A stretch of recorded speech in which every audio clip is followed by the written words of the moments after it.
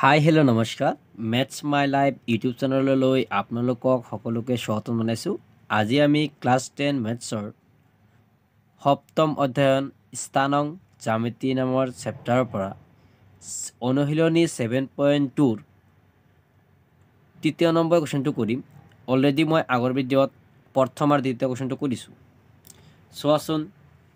অনুশীলনী 7.2ৰ তৃতীয় নম্বৰ কুৱেশ্যনটো কি দিয়া আছে।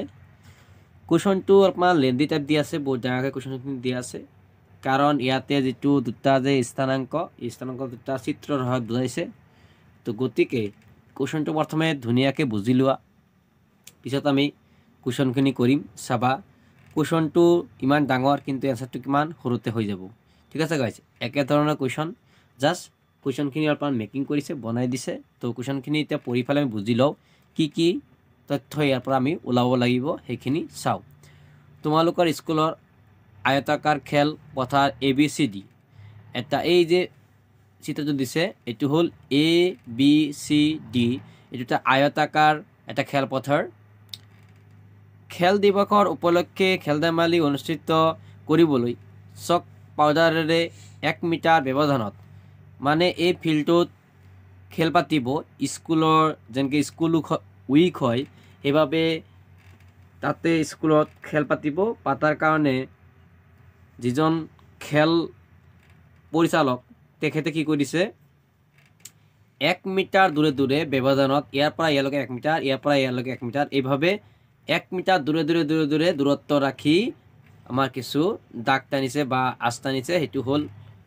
1 মিটাৰকৈ। ঠিক আছে, চিত্ৰত দেখুওৱাৰ দৰে। আৰু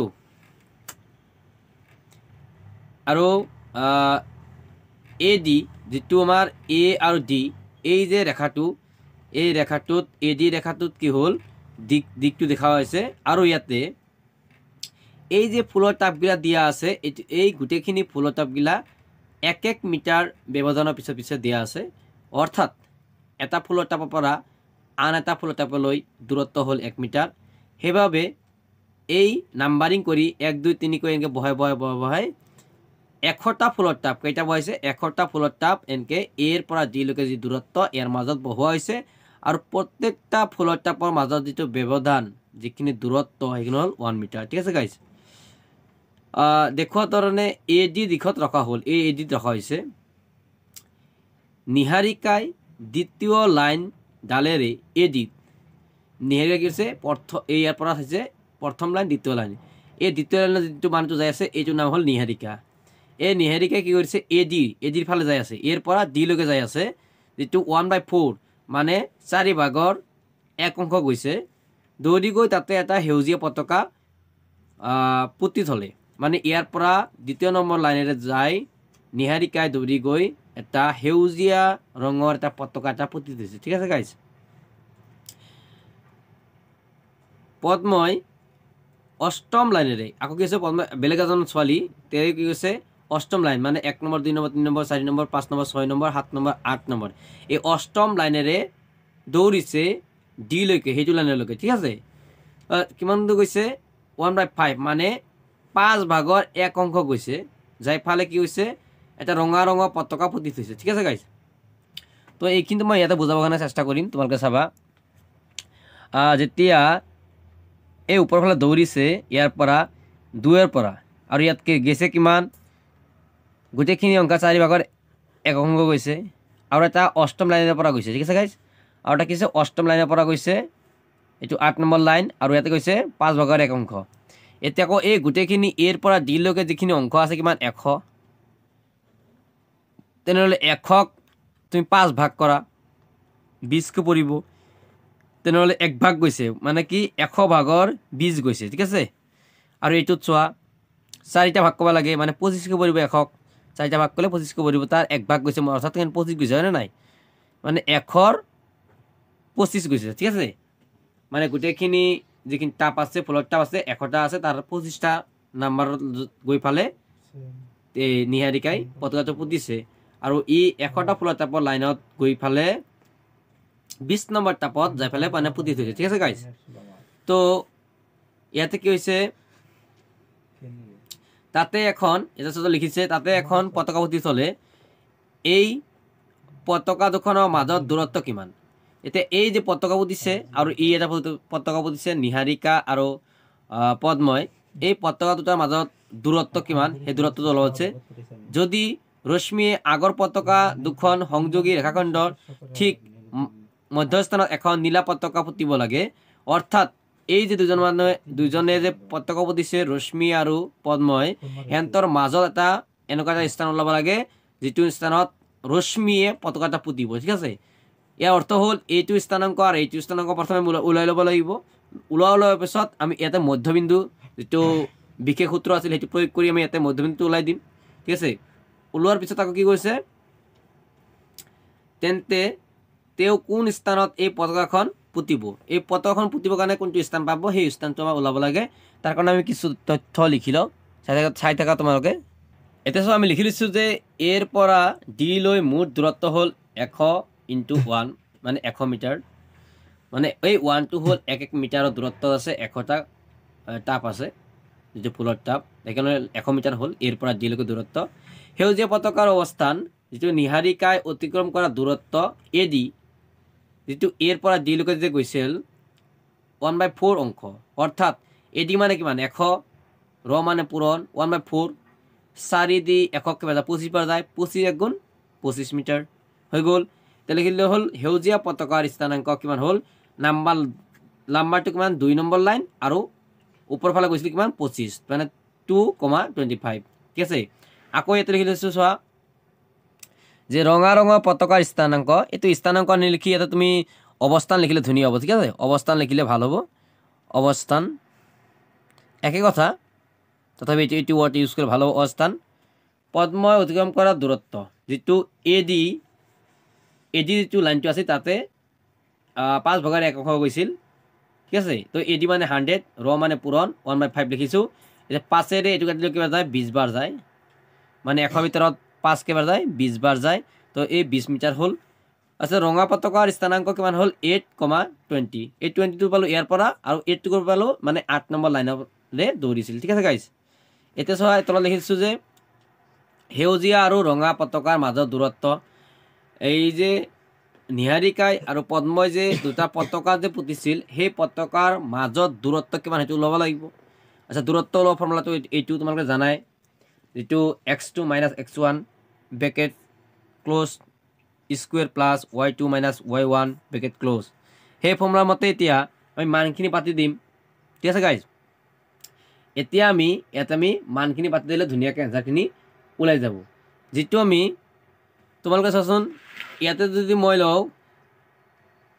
এটাক যদি x বুলি লওঁ ধৰা এইটো হ'ল x2 মই এক্সট্ৰাকৈ লিখি দিওঁ যাতে তোমালোকে বুজোঁতে সুবিধা হয় মানখিনি মই লিখি তোমালোকক দেখাই আছোঁ এইটো আছে ধৰা 225 আৰু এটা আছে 820 এই দুটা মান আছে ঠিক আছে গাইজ এই মান দুটাক এতিয়া আমি নামাকৰণ কৰি দিম ঠিক আছে গাইজ এতিয়া চোৱাচোন এইটো যদি আমি x1 ধৰোঁ তেনেহ'লে এইটো হ'ব y1 এইটো হ'ব x2 এইটো হ'ব y2 ঠিক আছে গাইজ আচ্ছা এই x1টো হ'ল 2 আৰু x2 হ'ল 8 ঠিক আছে তেনেহ'লে আমি কি লিখিব লাগিব √ x2 মানে কিমান 8 - x1 মানে কিমান আছে 2 স্কুৱেৰটো স্কুৱেৰ দিলোঁ ফৰ্মুলাৰ পৰা স্কুৱেৰ আহিছে y2 মানে কি আছে y2 মান হ'ল 20 - 25 ঠিক আছে গাইজ স্কুৱেৰ তো এইখিনিৰ পৰা এতিয়া চল্ভ কৰিব লাগে তো √ চিন দিলোঁ 8ৰ পৰা 2 গ'লে কিমান থাকে 6 স্কুৱেৰ দিলোঁ প্লাছ এতিয়া 20ৰ পৰা 25টো ঋণাত্মক সংখ্যা আৰু ঋণাত্মক সংখ্যাটো ডাঙৰ সেইকাৰণে 5 থাকি যাব ঠিক আছে এইখিনিতো যদি ক্লাছ 10ত পঢ়ি আছে তোমালোকে যোগবিটো কম সময় পাৰা বুলি ধৰি লৈছোঁ ঠিক আছে গাইজ 6 কিমান হ'ব 36 5 কিমান হ'ব 25 মাইনাছ থাকি যাব প্লাছ এই দুটা সংখ্যা যদি যোগ কৰি দিয়া 36 আৰু 25 যোগ কৰিলে কিমান হ'ব 61 হ'ব তো এইটো মিটাৰ বুলি দি দিলে হ'ল এইখিনি আমাৰ কি পালোঁ দূৰত্ব পালোঁ এইটো দুটা পতাকা যিটো সেউজীয়া আৰু ৰঙা পতাকাৰ মাজত ঠিক আছে গাইজ নেক্সট আমাৰ এতিয়া নীলা পতাকা যে স্থাপন কৰিব সেই স্থাপন কৰা ঠাইখিনি ওলাব লাগে তাৰ কাৰণে আমি বিশেষ যিটো সূত্ৰ সেই সূত্ৰটো প্ৰয়োগ কৰিম ঠিক আছে গাইজ এতিয়া মই সূত্ৰটো লিখি লওঁ চোৱা এতিয়া ফৰ্মুলাটো লিখিছোঁ নীলা পতাকাৰ অৱস্থান যিটো আমাৰ বিশেষ সূত্ৰটো আছিল যে যেটো মাজৰ পইণ্টটো হ'ব সেই পইণ্টটো আমি ওলাই দিম এতিয়া আচ্ছা এতিয়া x1 আৰু x2 যেটো আমাৰ এই যে আগৰ যিখিনি মান আছিল সেই মানৰ পৰা লৈ ললে হ'ল তোমালোকে চাই লোৱা যে মই এটা লিখি লৈছিলো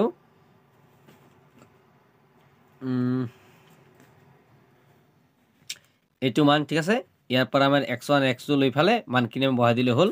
ঠিক আছে গাইস আচ্ছা এতিয়া x1 কিমান হ'ব 2 x2 কিমান হ'ল 8 ঠিক আছে গাইস ডিভাইড বাই 2 এই 2 ফৰ্মুলা পৰা আহিছে এই ফৰ্মুলা পৰা 2 আছে y1 আৰু y2 y1 কিমান আছে 25 প্লাস 20 ওকে এটা সলভ কৰিব লাগে আচ্ছা ওপৰত 2 আৰু 8 যোগ কৰা 10 হ'ব তলত থাকিল 2 কমা তলত থাকিল 2 25 আৰু 20 যোগ কৰিলে কিমান হ'ব 45 আচ্ছা এইটো কাটিব পাৰা কিবা যাব 5 বাৰ ঠিক আছে আৰু এইটো কাটিলে কিমান যাব 22.5 ঠিক আছে গাইজ এইখিনি আমাৰ ওলাব লগা এনসাৰ আছিল আশা কৰো তোমালোকে বুজিছা বুলি ঠিক আছে গাইজ তাহলে লিখি দিলে হ'ল এতেকে নীলা ৰঙৰ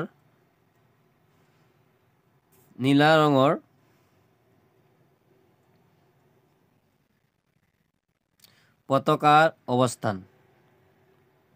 নীলা ৰঙৰ পতাকাৰ অৱস্থান হ'ল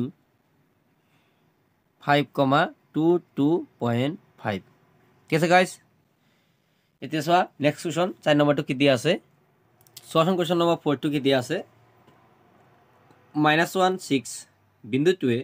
-3 10 এই বিন্দু আৰু 6 -8 বিন্দু সংযোগী ৰেখাখণ্ডক কি অনুপাতত ভাগ কৰিব ঠিক আছে এটা ৰেখাখণ্ড আছে যে ৰেখাখণ্ডক অনুপাতত ভাগ কৰিব -1,6 ঠিক আছে ইয়াক মই বুজাব গ'লে তোমালোকে চোৱা এটা ধৰা এটা ৰেখাখণ্ড য'ত এইটো পইণ্ট হ'ল -3 আৰু 10 এইটো ধৰা a বুলি ধৰি ললো আৰু এইটো ধৰা আমি b বুলি ধৰি ললো এইটো কিমান আছে 6, -8 এই যে 1 -1,6 যে আছে এইটো এটা বিন্দু আছে এই লাইনত যিকোনো এটা বিন্দু ধৰা ইয়াত কাটিছে তেনেহলে এইটো এটা আৰু ইফালে এটা ৰেশিও হ'ব হয় না নাই য'ত কাটক যদি ইয়াত কাটে তেনেহলে ইফালে এটা লাইন থাকিব আৰু ইয়াত থাকিব মানে এই যে অনুপাতটো কিমান অনুপাতত ভাগ কৰিছে এটা আমাৰ ওলাবছে এইটোৱে কোৱেশ্চন ঠিক আছে গাইজ এটা চোৱা এটা আমি কোৱেশ্চনটোৰ পৰা যিখিনি তথ্য পালো এই তথ্যখিনি আমি প্ৰথমে লিখি লওঁ সো এটা আমি লিখি লৈছো ইয়াতে ধৰা হ'ল এই মানটো যেটো -1,6 বিন্দুটোৱে -3,10 আৰু 6,-8 বিন্দুক সংযোগী ৰেখাখণ্ডক k অনুপাত 1ক ভাগ কৰিব অৰ্থাৎ আমি ইয়াতে নাজানো যে কিমান অনুপাতত ভাগ কৰিব আমাক হেতু ওলাব দিছে গতিকে আমি ধৰি লম k অনুপাত 1 এই অर्थত আমি k মান নাজানো তো অর্থাৎ আমার এই মানটো আছে -1,6 যেটো ফর্মুলা লগাম এখিনি এতিয়া যেটো বিশেষ সূত্র তোমালোকে গম পাইছাই যদি কোনো এটা অনুপাত ওলাব দেই তেনেহলে আমি ফর্মুলাটো যেটো ব্যবহার কৰিম হেতু চোৱা এটা লেখা আছে যে যদি কোনো এটা অনুপাত ওলাব যায় তেনেহলে চোৱা যদি p বিন্দু ab বিভক্ত কৰা অনুপাত k অনুপাত 1 হয় তেন্তে p বিন্দুটো স্থানাঙ্ক হ'ব এইটো স্থানাঙ্কটো এই ফর্মুলাটো যেটো আছে এই ফর্মুলাটো ইউজ কৰিছো k x2 plus x1 divided by k plus 1 comma k y2 plus y1 divided by k plus 1 এই ফর্মুলাটো আমি প্রয়োগ কৰি আমি এই যেটো বিন্দুটো ওলাই দিম মানে ইয়াৰ পৰা আমি যেটো অনুপাতটো হ'ব সেই অনুপাতটো ওলাই দিম ঠিক আছে গাইস এতিয়া চোৱা আমি যেটো ফর্মুলাটো পাইছো এই ফর্মুলা মতে যিখিনি মান থাকে হেতু মানখিনি আমি বহাই দিম k টো k থাকিব x2 মান কিমান আছে x2 মান হ'ল 6 এটো ধৰা x2 এটো হ'ল y2 এটো হল x1 এটো হল y1 তো x2 হল 6 প্লাস x1 কিমান আছে -3 তো এটো আমি এতিয়া -3 ব্র্যাকেটত ইউজ কৰিম কাৰণ দুটা চিন একেলগে লিখিব নোৱাৰি গতিকে এৰ তলত কি আছে k + 1 তো এইখিনি লিখিলো এৰ তলত থাকিব k + 1 লিখি দিলো আৰু k to k থাকিল আৰু ইনটু y2 মান কিমান আছে y2 মান হল -8 যেটো আমি ইয়াতে -8 বুলি লিখি দিলো প্লাস চিন দিলে y1 মান কিমান আছে 10 ব্র্যাকেট এতিয়া এইখিনিতে আমি সলভ কৰিম তোমালোকে চাই থাকা আচ্ছা তলত যেটো ধ্যান দিয়া এই মানটো ৰিপিট কৰি দাও 1,6 আচ্ছা এইটো হল x আৰু এইটোৰ কাৰণে এইখিনি হল x ঠিক আছে এইখিনি তোমালোকে ধ্যান দিবা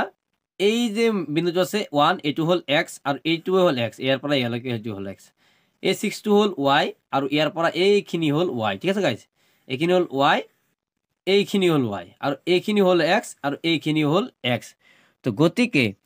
এই x আৰু x লগত কম্পেয়াৰ কৰিম, আৰু এই y আৰু y লগত কম্পেয়াৰ কৰিলে আমাৰ মানটো ওলাই যাব। যিকোনো এটা কম্পেয়াৰ কৰিলে হৈ গ'ল। তো গতিকে আমি এইটো কম্পেয়াৰ কৰোঁ প্ৰথমে, যিটো আমি ইয়াতে লিখি ল'ম ইয়াত। এইটো কিমান ল'লোঁ? -1 ল'লোঁ। ইকুৱেল দি পালে এইটো ল'ম এক্সৰখিনি, k into 6 plus bracket -3 divide by k plus 1। ঠিক আছে গাইজ, এইটো ধ্যান দিয়া, সলভ কৰিম এতিয়া আমি। যিখিনি মান আছে, আচ্ছা এই যে মানটো, এইটো মানটো যদি হৰণ হৈ আছে নে নাই, ইফালে গ'লে পূৰণ হ'ব, অৰ্থাৎ ইফালে -1 পূৰণ, এইখিনি হৈ যাব k প্লাছ 1, আৰু ইফালে থাকিল কিমান? k ইনটু 6 মানে কি 6k, আৰু প্লাছ -3। এইটো যদি পূৰণ কৰি দিয়া মাইনাছ k হৈ যাব, আৰু এইটো পূৰণ কৰিলে কিমান হ'ব? -1 প্লাছ মাইনাছ হ'ব, আৰু 1 গুণ 1, ইফালে থাকিল 6k -3, অৰ্থাৎ k থকাগিলা একফালে লওঁ, এইটো ইফালে ল'লে -k থাকিল, আৰু এইটো 6টো ইফালে আহিলে -6 হ'ব, আৰু k থাকিল লগত, ইফালে থাকিল -3, আৰু এই যিটো -1 ইফালে আহিলে +1 হৈ যাব। তো গতিকে এতিয়া আমি কিমান পাম? ইয়াতে -2, আৰু ইয়াতে কিমান পাম? -7k, দুটা যোগ কৰি দিব লাগিব, দুটা মাইনাছৰ সংখ্যা। তো গতিকে কেটো ৰাখি দিলে ইফালে থাকিল -2, আৰু তলত এই 7টো ইয়াৰ পূৰণ হৈ আছে, ইফালে আহিলে হৰণ হ'ব -7। তো মাইনাছ কাটি গ'ল, থাকিল কিমান পৰা 2, তলত থাকিল 7, যিটো k ৰ মান। ঠিক আছে গাইজ, এইখিনি বুজি পাইছা? তেতিয়াহ'লে আমি এইটো লিখিব পাৰোঁ যে এতে k অনুপাত 1, যিটো লিখিব পাৰোঁ 2:7। ঠিক আছে, এইটো নিৰ্ণয় কৰিব লগা আছে। তেতিয়া এতেকে লিখি দিলে হ'ল, এতেকে নিৰ্ণয় অনুপাত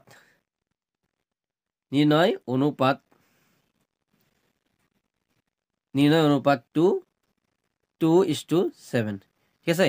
এইখিনিতে আমাৰ 4 নম্বৰ কুৱেশ্যনটো সমাপ্ত হ'ল। এতিয়া আমি 5 নম্বৰ কুৱেশ্যনটো চাওঁ কি দিছে। কুৱেশ্যন নম্বৰ 5 চোৱা, a মান কিমান দিছে? 1 -5, আৰু b মান দিছে -4 আৰু 5। বিন্দু সংযোগী ৰেখাখণ্ডক x অক্ষই কি অনুপাতত ছেদ কৰিব নিৰ্ণয় কৰা। এতিয়া কি অনুপাতত ছেদ কৰিব নিৰ্ণয় কৰিব দিছে, লগতে ছেদ বিন্দুটো স্থানাংক উলিয়াব লাগে।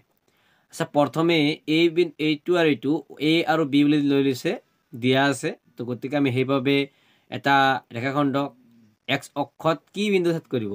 তো গতিকে ইয়াতে x অক্ষৰ যিটো ছেদ কৰোঁতে, অৰ্থাৎ y অক্ষৰ মানটো 0 হ'ব, তেনেহ'লে x অক্ষত থাকিব ন। তোমালোকক বুজাই দি আছো। ধৰা এনেকৈ এটা লাইন আছে, যদি x অক্ষত থাকিব লাগে তেনেহ'লে কি y অক্ষৰ মানটো 0 হ'ব লাগিব, তেনেহ'লে x অক্ষৰ মান যিমান থাকক এই x অক্ষৰ লাইনতে হ'ব। ঠিক আছে, তেনেহ'লে আমি ল'ম x আৰু y মান ল'ম 0। এইটো কোঅৰ্ডিনেটটো লৈ পেলাই আমি সলভ কৰিম এই দুটা বিন্দুত। ঠিক আছে, এই দুটা বিন্দুত আমি এই কোঅৰ্ডিনেটটো লৈ পেলাই সলভ কৰিম। তাৰপিছত আমি তাৰ যিটো ছেদ কৰা যে বিন্দুটো স্থানাংকটো ওলাই দিম। ঠিক আছে গাইজ, কুৱেশ্যনটো অলপমান ৰিপিটেডলি ভালকে বুজি ল'বা, যে এই দুটা ৰেখাখণ্ড আছে, ৰেখাখণ্ডক x অক্ষই ছেদ কৰিছে, অৰ্থাৎ x মান কিবা এটা মান হ'ব। তো গতিকে x বুলি ধৰিম, আৰু y মানটো 0 বুলি ধৰিম। সেই মানটো লৈ ফালে এইটো স্থানাংকটো ছেদকটো যিটো অনুপাতটো ওলাম, আৰু সেই অনুপাত ওলোৱাৰ পিছত সেই বিন্দুটোৰ স্থানাংক ওলাই দিম। ঠিক আছে গাইজ, এতিয়া কোনটো বিন্দুটো ছেদ কৰিব সেইটো স্থানাংক ওলাব লাগিব। এইকাৰণে এতিয়া আমি কিছুমান তথ্য লিখি লওঁ। চোৱা, তোমালোকে লিখি লৈছোঁ যে ধৰা হ'ল x অক্ষৰ বিন্দুটো p x, 0, মানে y মান 0। ধৰা হ'ল p x, 0 বিন্দুটোৱে a যিটো বিন্দু 1, -5, আৰু b মান কি আছে -4 আৰু 5 বিন্দুক সংযোগী ৰেখাখণ্ডক k অনুপাত 1, k অনুপাত বা k:1 অনুপাতত ছেদ কৰিব। ঠিক আছে গাইজ, তো p যিটো মান আছে x আৰু 0 বুলি ল'ব লাগিব, আৰু ইয়াতে যিটো বিশেষ ফৰ্মুলাটো k x2 plus x1 divide by k plus 1, k y2 plus k y1 divide by k plus 1, এই ফৰ্মুলাটো প্ৰয়োগ কৰি আমি ইয়াতে অনুপাতটো ওলাম। তো গতিকে আমি ইয়াৰ পৰা মানখিনি এতিয়া বহাই দিম। তো তোমালোকে ভালকে ধ্যান দিয়া, এইটো যদি মই x2 লওঁ, এইটো তেনেহ'লে y2 হ'ব, এইটো হ'ব x1, এইটো হ'ব y1। ঠিক আছে, তো আমি মানখিনি পাতি দিলে হ'ল। এতিয়া আমি k থাকিব, আৰু x2 মান কিমান আছে? x2 মান হ'ল -4 আৰু প্লাছ x1 মানে কিমান 1 ডিভাইড বাই k প্লাছ 1 হ'ব ব্ৰেকেট দি ইফালে কি হ'ল তলত k প্লাছ 1 থাকিব এটা k থাকিল y2 মান কিমান আছে 5 পূৰণ হ'ব ইয়াৰ লগত প্লাছ y1 মানে কি আছে -5 ঠিক আছে ব্ৰেকেট ক্লোজ ইয়াত থাকিল কিমান x আৰু 0 আচ্ছা এটো x মান দিয়া নাই 0 মান দিয়া আছে গতিকে আমি y মানটো কিমান আছে 0 তো গতিকে ইয়াৰ পৰা y অক্ষৰটো লম k